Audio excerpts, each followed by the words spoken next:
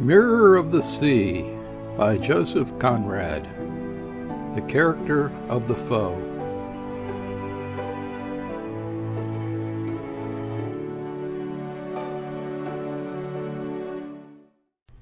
It seems to me that no man born and truthful to himself could declare that he ever saw the sea looking young as the earth looks young in spring.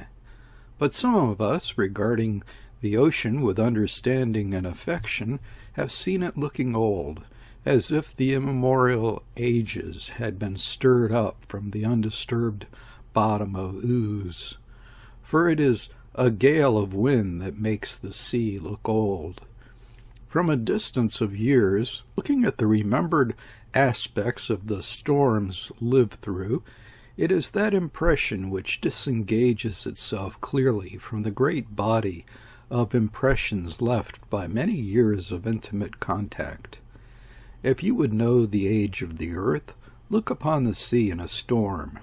The grayness of the whole immense surface, the wind furrows upon the faces of the waves, the great masses of foam tossed about and waving like matted white locks, give to the sea in a gale an appearance of hoary age, lustreless, dull, without gleams, and though it had been created before light itself.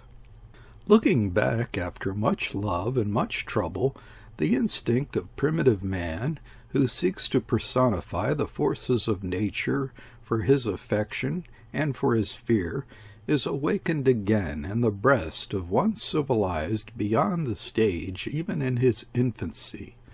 One seems to have known gales as enemies, and even as enemies one embraces them in that affectionate regret which clings to the past. Gales have their personalities, and after all, perhaps it is not strange, for, when all is said and done, they are adversaries whose wiles you must defeat, whose violence you must resist, and yet with whom you must live in the intimacies of nights and days. Here speaks the man of masts and sails, to whom the sea is not a navigable element, but an intimate companion. The length of passages, the growing sense of solitude, the close dependence upon the very forces that, friendly today, without changing their nature by the mere putting forth of their might, become dangerous tomorrow, make for that sense of fellowship which modern seamen, good men as they are, cannot hope to know. And besides, your modern ship, which is a steamship, makes her passages on other principles than yielding to the weather and humoring the sea. She receives smashing blows, but she advances. It is a slogging fight, and not a scientific campaign. The machinery, the steel, the fire, the steam, have stepped in between the man and the sea. A modern fleet of ships does not so much make use of the sea as exploit a highway. The modern ship is not the sport of the waves, but let us say that each of her voyages is a triumphant progress, and yet it is a question whether it is not a more subtle and more human triumph to be the sport of the waves and yet survive, achieving your end. In his own time, a man is always very modern. Whether the seaman of 300 years hence will have the faculty of sympathy, it is impossible to say. An incorrigible mankind hardens its heart in the progress of its own perfectibility. How will they feel on seeing the illustrations to the sea novels of our day or of our yesterday? It is impossible to guess, but the seamen of the last generation, brought into sympathy with the caravels of ancient time by a sailing ship, their linear descendant, cannot look upon those lumbering forms of navigating the naive seas of ancient woodcuts without a feeling of surprise, of affectionate derision, envy, and admiration. for those things whose unmanageableness, even when represented on paper, makes one gasp with a sort of amused horror, were manned by men who are his direct professional ancestors. No, the seamen of 300 years hence will probably be neither touched nor moved to derision, affection, or admiration. They will glance at the photogravures of our nearly defunct sailing ships with a cold, inquisitive, and indifferent eye.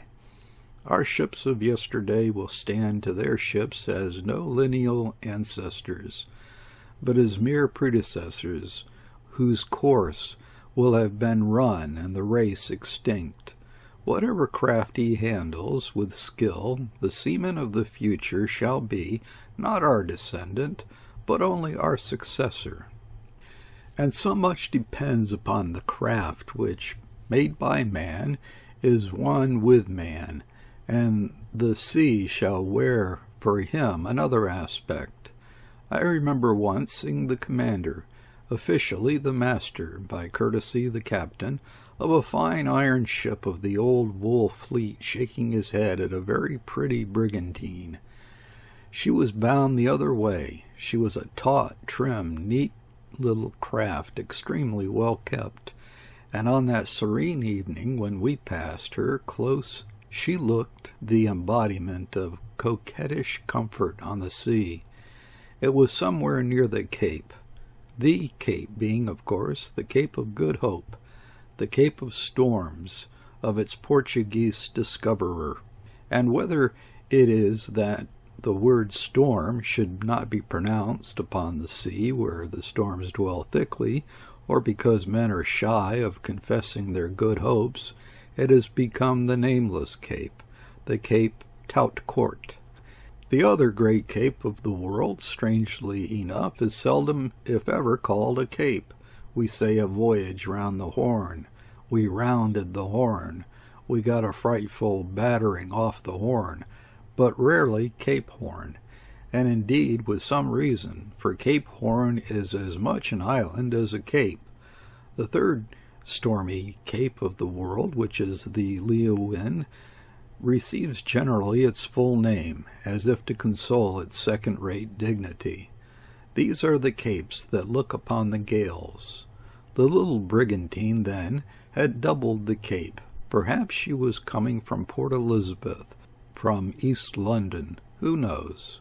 It was many years ago, but I remember well the captain of the Wool Clipper nodding at her with the words, "Fancy having to go about the sea in a thing like that." He was a man brought up in big, deep water ships, and the size of the craft under his feet was part of his conception of the sea. His own ship was certainly big as ships went then. He may have thought of the size of his cabin, or unconsciously, perhaps, have conjured up a vision of a vessel so small tossing amongst the great seas. I didn't inquire, and to a young second mate, the captain of the little pretty brigantine, sitting astride a camp stool with his chin resting on his hands that were crossed upon the rail, might have appeared a minor king amongst men. We passed her within earshot, without a hail, reading each other's names with the naked eye.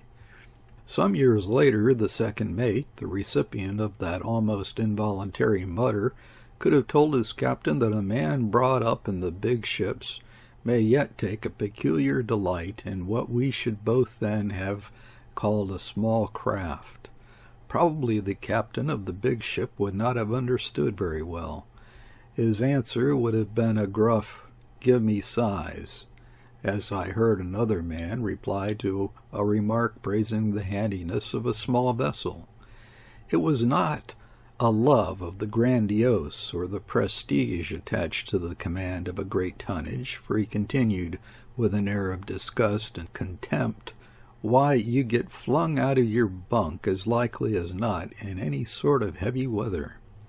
I don't know. I remember a few nights in my lifetime, and in a big ship too, as big as they made them then, when one did not get flung out of one's bed simply because one never even attempted to get in.